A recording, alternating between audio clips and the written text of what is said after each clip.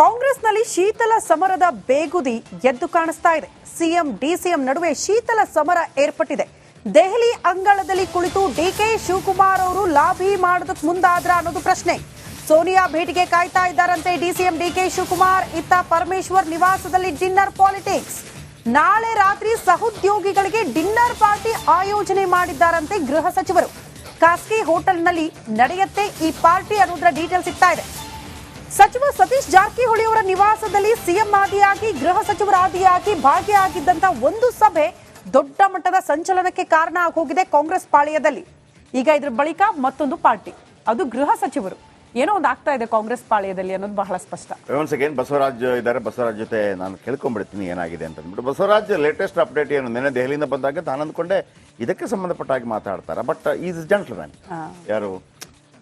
D K Shivakumar. ಆಮೇಲೆ ಸಿದ್ದರಾಮಯ್ಯ ಕೂಡ gentleman.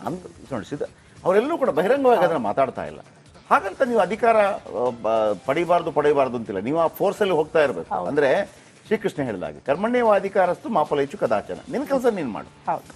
ಈಗ ಸಮ್ಟೈಮ್ಸ್ ನಮಗೆ ಯಾವುದೋ ಒಂದು ಆಫೀಸಲ್ಲಿ ಮತ್ತೊಂದರಲ್ಲಿ ಬಹಳ ಕಿರಿಕಿರಿ ಆಗುತ್ತೆ ಅಂತ ಇಟ್ಕೊಳ್ಳಿ. ಅದು ಸರಿ ಇಲ್ಲ, ಇದು ಸರಿ ಇಲ್ಲ, ಮತ್ತೊಂದು ಸರಿ ಇಲ್ಲ ಅಂತೇಳಿ. ಆಗ ಏನು ಮಾಡಬೇಕು ಅಂತ ನೀವು ಅದನ್ನು ಕೂತ್ಕೊಂಡು ಆಲೋಚನೆ ಮಾಡೋದು. ನಿನಗೇನು ಕೆಲಸ ಕೊಟ್ಟಿದ್ದಾರೆ, ಆರಾಮ್ಸೆ ಅದನ್ನು ಮಾಡ್ಕೊಂಡು ಹೋಗಿ. ತನ್ನಿಂತಾನೆ ಏನಾಗಬೇಕು ತನ್ನಿಂತಾನೆ ಆಗತ್ತೆ ಅಂತ. ಈ ದೊಡ್ಡ ಕೆಲವು ನಿರ್ಧಾರಗಳಿದೆ. ಹೆಂಗಂತಂದ್ರೆ ಎರಡು ಟೈಪಲ್ಲಿ ಬರುತ್ತೆ. ಕೆಲವು ಸಂದರ್ಭಗಳಲ್ಲಿ not taking any decision is A good decision ಅಂತ. ಈಗ ಇವರ ಪರವಾಗಿ ತಗೊಳ್ಳ ಅಂತ ಬಂದಾಗ ಅದನ್ನು ನರಸಿಂಹರಾಯರಿಗೆ ಭಾಳ ಹೇಳ್ತಾ ಇದ್ರು. ಅವರು ಡಿಸಿಷನ್ ತಗೊಳ್ತಾ ಇರಲಿಲ್ಲ, ಪ್ರಕೃತಿಗೆ ಬಿಡ್ತಾ ಇದ್ರು ಅಂತೇಳಿ. ಸಮ್ಟೈಮ್ಸ್ ಒಮ್ಮೊಮ್ಮೆ ಡಿಸಿಷನ್ ತಗೊಳ್ಳಿ. Not taking any decision is A good decision ಅಂತ ಒಂದು. ಇದು ನರಸಿಂಹರಾಯ್ ಸ್ಟೈಲ್. ಟಾಟಾ ಅವರು ರತನ್ ಟಾಟಾ ಬಂದು ತೀರ್ಕೊಂಡ್ರಲ್ಲ, ಅವ್ರದ್ದೊಂದು ಡಯಲಾಗ್ ಇತ್ತು. There is no good decision and bad decision. ನಿರ್ಧಾರಗಳಲ್ಲಿ ಯಾವುದು ಕೆಟ್ಟದ್ದು ಒಳ್ಳೆದಿಲ್ಲ. Take a decision. ಹೌದು, ಅಷ್ಟೇ. ನಿರ್ಧಾರ ಅಂಡ್ ಮೇಕ್ ಇಟ್ ಗುಡ್. ಒಳ್ಳೆದೇನೆ ಮಾಡಬೇಕು. ಎಷ್ಟು ಚೆನ್ನಾಗಿದೆ ಅಂತಂದ್ರೆ, ಈಗ ಅವರು ನ್ಯಾನೋ ಕಾರ್ ತಯಾರು ಮಾಡಿದಾಗ ಮಾಡಬೇಕಾ ಮಾಡಬಾರ್ದು ಅಂತಲ್ಲ. ಇದು ನ್ಯಾನೋ ಕಾರ್ ಮಾಡೋದು ಒಳ್ಳೇದಲ್ವ ಅಂತಲ್ಲ. ಸಣ್ಣ ಕಾರು ಮಾಡಬೇಕು, ಇದು ಡಿಸಿಷನ್ ಅಷ್ಟೇ. ಮಾಡಿದೆ, ಆಮೇಲೆ ಅದನ್ನ ಹೆಂಗ್ ಚೆನ್ನಾಗಿ ಮಾಡಬೇಕು ಅದನ್ನ ಆಮೇಲೆ ಮಾಡೋಣ ಅಂತೇಳಿ. ಇಲ್ಲಿ ಹೆಂಗೆ ಅಂತಂದ್ರೆ ಇದು ಪಾಲಿಟಿಕ್ಸು. ಯಾಕಂದ್ರೆ ಮತ್ತೊಂದು ಕಡೆಯಿಂದ ಎಳಿತಾ ಇದ್ದಾರೆ, ನೀವು ಒಬ್ಬರೇ ಅಲ್ಲ. ಅವರ ಪಾಲಿಟಿಕ್ಸ್ಗೆ ರಿವೆಂಜ್ ಪಾಲಿಟಿಕ್ಸ್ ತರ ಮಾಡಬೇಕು, ಆಮೇಲೆ ಅದು ರಿವೆಂಜ್ ತರ ಕಾಣಬಾರ್ದು, ಹೀಗೆಲ್ಲ ಇದೆ. ನೆನ್ನೆ ಕೂಡ ಡಿ ಕೆ ಶಿವಕುಮಾರ್ ಅವರನ್ನ ಮಾತಾಡಿದ್ರು. ಸರ್ ಹಿಂಗೆಲ್ಲ ಆಗಿದೆ, ಊಟ ಎಲ್ಲ ಸೇರ್ಕೊಂಡ್ರು.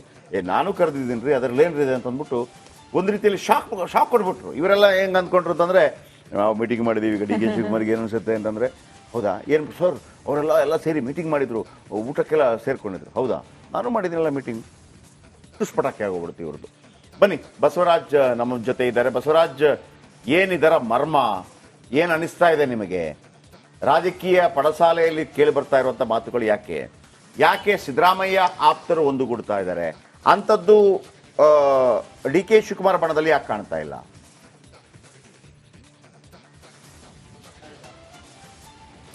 ಖಂಡಿತ Jayaprakash. DCM D K Shivakumar ಅವ್ರಿಗೆ ಒಂದಷ್ಟು ಜನರ ಸಪೋರ್ಟ್ ಇದೆ ಅನ್ನೋದು ಬಿಟ್ಟರೆ ಅವ್ರಿಗೆ ಪ್ರಮುಖವಾದಂತಹ ಬಲ ಇಲ್ಲ, ಸಚಿವರ ಬಲ ಇಲ್ಲ. ಹಾಗಾಗಿ ಅವರು ಏಕಾಂಗಿಯಾಗಿ ಒಂದಷ್ಟು ತಮ್ಮ ಪ್ರಯತ್ನವನ್ನು ಮಾಡಲೇಬೇಕಾಗುತ್ತೆ. ಯಾಕಂದ್ರೆ ನಿನ್ನೆ ದೆಹಲಿಗೆ ಬಂದ ತಕ್ಷಣ ಅವರು ಒಂದಷ್ಟು ಸುದ್ದಿಗೋಷ್ಠಿಯನ್ನು ಮಾಡಿದ್ರು. ಈ ರಾಜ್ಯದ ಬೆಳವಣಿಗೆಗಳು ಕೂಡ ಪ್ರಮುಖವಾಗಿ ಅವರು ಒಂದಷ್ಟು ಮಾಹಿತಿಯನ್ನು ಕೊಟ್ಟರು.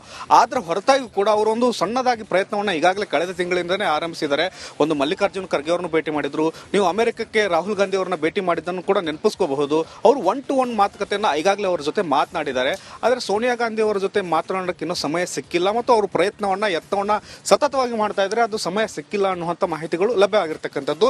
ಇನ್ನೊಂದು ಕಡೆ ಈ ಡಿನ್ನರ್ ಪಾಲಿಟಿಕ್ಸ್ ಏನಿದೆ ಅಲ್ಲ, ಇದು ಮುಂದುವರಿಯುವ ಲಕ್ಷಣಗಳು ಕಾಣಿಸ್ತಾ ಇದೆ. ಈಗ ಸತೀಶ್ ಜಾರಕಿಹೊಳಿ ಅವರ ಮನೆ ಆಯಿತು, ಈಗ ನಾಳೆ ಖಾಸಗಿ ಹೋಟೆಲ್ನಲ್ಲಿ ಪರಮೇಶ್ವರ್ ಅವರು ಕರೆದಿದ್ದಾರೆ. ಅದರ ಜೊತೆಗೆ ಎಂ ಬಿ ಪಾಟೀಲ್ ಅವರು ಮತ್ತೆ ಮುಂದಿನ ದಿನಗಳಲ್ಲಿ ಆಯೋಜನೆ ಮಾಡುವಂತ ಸಾಧ್ಯತೆಗಳಿದ್ದಾವೆ. ಈ ಮೂಲಕ ನಾವು ಅಧಿಕಾರವನ್ನ ಬಿಟ್ಟುಕೊಡುವುದು ಅಷ್ಟು ಸುಲಭವಲ್ಲ. ಸಿಎಂ ಸಿದ್ದರಾಮಯ್ಯ ಅವರೇ ಮುಂದುವರಿತಾರೆ.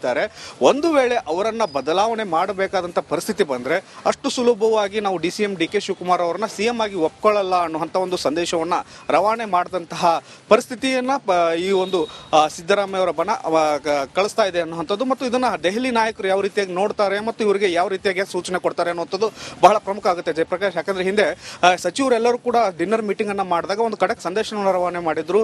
ಯಾವುದೇ ಕಾರಣಕ್ಕೂ ಡಿನ್ನರ್ ಮೀಟಿಂಗ್ ಗಳನ್ನ ಮಾಡಬಾರ್ದು ಅನ್ನುವಂಥದ್ದನ್ನ ಒಂದು ಸಂದೇಶ ರವಾನೆ ಮಾಡಿದ್ರು. ಈಗ CMA ಡಿನ್ನರ್ ಮೀಟಿಂಗ್ ಅಲ್ಲಿ ಭಾಗಿಯಾಗಿರೋದ್ರಿಂದ ಸಂದೇಶ ಕೊಡೋದು ಕೂಡ ಕಾಂಗ್ರೆಸ್ ಹೈಕಮಾಂಡ್ಗೆ ಒಂದಷ್ಟು ತಲೆನೋವು ಆಗುತ್ತೆ. ಅದರ ಜೊತೆಗೆ ಈಗ ನಾಳೆ ನಡೀತಕ್ಕಂಥ ಡಿನ್ನರ್ ಮೀಟಿಂಗ್ ಅಲ್ಲೂ ಕೂಡ CM ಅವರು ಭಾಗಿಯಾಗಿದ್ದೆ ಆದಲ್ಲಿ ಹೈಕಮಾಂಡ್ ಕೂಡ ಇದನ್ನ ಬಹಳ ಸೂಕ್ಷ್ಮವಾಗಿ ಗಮನಿಸಬೇಕಾಗುತ್ತೆ. ಆದ್ರಿಂದ ರಾಜ್ಯ ರಾಜಕೀಯದಲ್ಲಿ ಒಂದಷ್ಟಂತೂ ಬೆಳವಣಿಗೆಗಳು ನಡೀತಾ ಇದ್ದಾವೆ. DCM ಅವರು CM ಆಗುವಂತ ಪ್ರಯತ್ನವನ್ನು ನಡೆಸ್ತಾ ಇದ್ದಾರೆ. ಯಾವುದೇ ಕಾರಣಕ್ಕೂ ಅಧಿಕಾರ ಕೈ ತಪ್ಪಬಾರದು CM ಅವ್ರ ಕಡೆಯಿಂದ ಅನ್ನುವಂಥ ಲೆಕ್ಕಾಚಾರದಲ್ಲಿ CM ಬಣ ಒಂದಷ್ಟು ಪ್ರಯತ್ನಗಳನ್ನ ಡಿನ್ನರ್ ಪಾಲಿಟಿಕ್ಸ್ ಮಾಡುವ ಮೂಲಕ ತಮ್ಮ ಹತೋಟಿಯಲ್ಲೇ ಅಧಿಕಾರವನ್ನು ಹಿಡಿದಿಟ್ಟುಕೊಳ್ಳುವಂತ ಪ್ರಯತ್ನಗಳು ಸದ್ಯದ ಮಟ್ಟಿಗೆ ಆಗ್ತಾ ಇರ್ತಕ್ಕಂಥದ್ದು.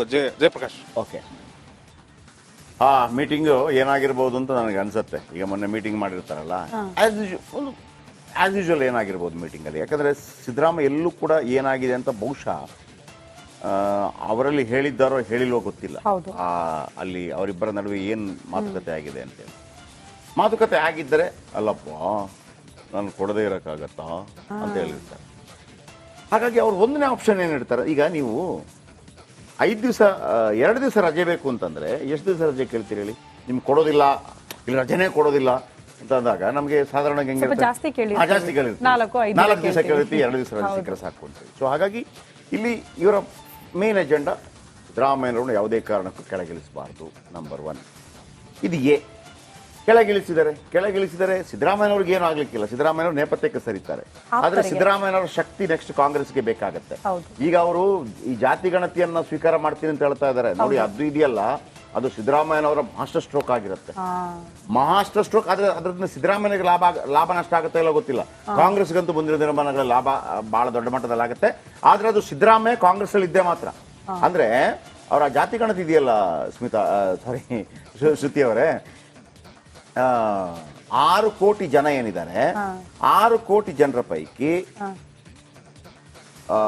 ದಲಿತ್, SC ST 1.5 ಕೋಟಿ ಆಗತ್ತೆ, ಮುಸ್ಲಿಂ 75 ಲಕ್ಷ ಆಗತ್ತೆ, ಅಹಿಂದ ವರ್ಗ ಕುರುಬ ಸೇರಿ ಅಹಿಂದ ವರ್ಗ ಅದೊಂದು ತುಂಬಾ ಮೊತ್ತ ಆಗತ್ತೆ. ಉಳಿದಿರೋದು ಯಾವುದು? ಲಿಂಗಾಯತರು ಮತ್ತು ಒಕ್ಕಲಿಗರು. ಇವರು ಕೂಡ ದೊಡ್ಡ ದೊಡ್ಡ ಜಾತಿ ಇಲ್ಲ ಅಂತಲ್ಲ. ಆದ್ರೆ ಇವರನ್ನ ಒಗ್ಗೂಡಿಸುವಂತದ್ದು ಏನಾದ್ರೂ ಆದ್ರೆ ಆಮೇಲೆ ಕುರುಬ ಅತಿ ಹಿಂದುಳಿದ ವರ್ಗ ಅಂತೇಳಿ ಅದರಲ್ಲಿ ಕಂಡು ಬಂದಿದೆ. ಅತಿ ಹಿಂದುಳಿದ ವರ್ಗ ಇದ್ದವರಿಗೆ ಸುಪ್ರೀಂ ಕೋರ್ಟ್ ಒಂದು ವಿಶೇಷವಾದಂತಹ ರಿಸರ್ವೇಶನ್ ಅನ್ನ, ಮೀಸಲಾತಿಯನ್ನ ವಿಶೇಷವಾಗಿ ಕೊಡುತ್ತೆ. ಅದೇನಾದ್ರೂ ಸಿಕ್ಕಿದ್ರೆ ಇವರು ನಮ್ಮನ್ನು ಯಾವುದೊಂದು ಎಷ್ಟಿಗೆ ಹಾಕಿ ಅಂತೆಲ್ಲ ಕೇಳ್ತಾ ಇದ್ರಲ್ಲ, ಅದಕ್ಕಿಂತಲೂ ಹೆಚ್ಚಿನ ಲಾಭವನ್ನು ಪಡೀತಾರೆ. ಪಕ್ಕದ ಇಲ್ಲಿ ಪಡೆದಿದ್ದಾರೆ, ಇಲ್ಲಿ ತಮಿಳುನಾಡಲ್ಲಿ ಪಡೆದಿದ್ದಾರೆ. ಸೊ ಅದು ದೊಡ್ಡ ಕ್ರಾಂತಿಗೆ ಕಾರಣವಾಗಬಹುದು. ಇದು ಒಂದು. ಅವರು ಇಳಿಯೋದಕ್ಕಿಂತ ಮೊದಲು ಗುರುವಾರ ಅದನ್ನು ತಗೋತಾರೆ ಅಂತಿದೆ. ಎಷ್ಟೇ ಗಲಾಟೆ ಗದ್ದಲ ಏನಾಗ್ಲಿ, ಉಳಿದವರಿಗೆ ಇರೋದೇನು, ನಮ್ದೇನಪ್ಪ ಅಂತ ಹೇಳಿ. ಸೊ ಆಗಿರುವಾಗ ಅವ್ರು ಏನು ಮಾಡ್ತಾರೆ, ಓಕೆ DCM ಆಗಿರುವಂಥ DK ಅವರು ಮುಖ್ಯಮಂತ್ರಿ ಆಗೇ ಆಗ್ತಾರೆ ಅಂತ ಹೇಳಿದ್ರೆ ಆಯ್ತು, ನೀವು ಆಗಿ ನಮಗೆ KPCC ಕೊಡಿ, ಇದು ಕೊಡಿ ಅಂತೇಳಿ. DCM ಕೂಡ ಅದು DK ಶಿವಕುಮಾರ್ ಕೂಡ ಸುಮ್ಮನೆ ಮುಖ್ಯಮಂತ್ರಿ ಆಗೋದಿಲ್ಲ. ಅವರು KPCC ಬಿಟ್ಕೊಡುವಾಗ ಅವ್ರು ಹೇಳ್ಬೋದು, ಯಾಕೆ ನಾನು ಬಿಟ್ಕೊಡ್ಬೇಕು? ಇಲ್ಲಪ್ಪ, ಒಬ್ಬರಿಗೆ ಒಂದೇ ಹುದ್ದೆ ಅಂತ ನಮ್ಮಲ್ಲಿದೆ. ಇಲ್ಲ, ಯಾರು ಹೇಳಿದ್ದು? AICC ಪ್ರೆಸಿಡೆಂಟ್ ಇಲ್ವಾ? ಮಲ್ಲಿಕಾರ್ಜುನ ಖರ್ಗೆ ಅವರು AICC ಪ್ರೆಸಿಡೆಂಟ್ ಕೂಡ ಆಗಿದ್ದಾರೆ, ರಾಜ್ಯಸಭೆಯಲ್ಲಿ ವಿರೋಧ ಪಕ್ಷದ ನಾಯಕ ಕೂಡ ಆಗಿದ್ದಾರೆ. ಅವ್ರದ್ದಾಗತ್ತಾ? ಹಂಗಾದ್ರೆ ಏನ್ ಮಾಡೋದು? ಹಂಗಾದ್ರೆ ಒಂದು ಕೆಲಸ ಮಾಡಿ, ನಾನು ಇಳಿತೀನಿ KPCC ಅಧ್ಯಕ್ಷ ಸ್ಥಾನದಿಂದ, ನಾನು ಹೆಂಗೋ ಮುಖ್ಯಮಂತ್ರಿ ಆಗ್ತೀನಲ್ವಾ, ನಿಮ್ಗೆ ಏನೆಲ್ಲ ಬೇಕು, ಉಪಮುಖ್ಯಮಂತ್ರಿ 3 ಕೊಡ್ತೀನಿ, ಇಷ್ಟು ಕೊಡ್ತೀನಿ, 15 ಜನ ಕೊಡ್ತೀನಿ, KPCC ಅಧ್ಯಕ್ಷ ಪಟ್ಟ ನಾನು ತಮ್ಮನ್ನು ಕೊಡಿ.